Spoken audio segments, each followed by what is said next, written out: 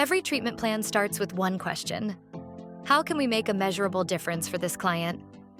Step 1. Assess strengths and challenges. It starts with understanding your client. Look for their strengths, the challenges they face, and the factors that influence their behavior.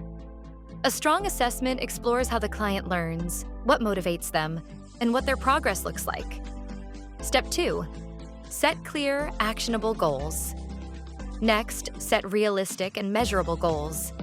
For example, instead of improve communication, a more specific goal could be teach them to ask for help using 3 words or more during play with a new activity, at least 5 times. Step 3. Track progress and adjust. Goals aren't static. They evolve as your client grows. That's why tracking progress consistently and making real-time adjustments is crucial. Iris Insights makes all this easy with real-time progress tracking, helping you adjust your strategies during sessions. Step 4. Collaborate with families and teams. We know this isn't a one-person job. Effective plans involve collaboration with technicians, other therapists, and families, all working toward a shared goal.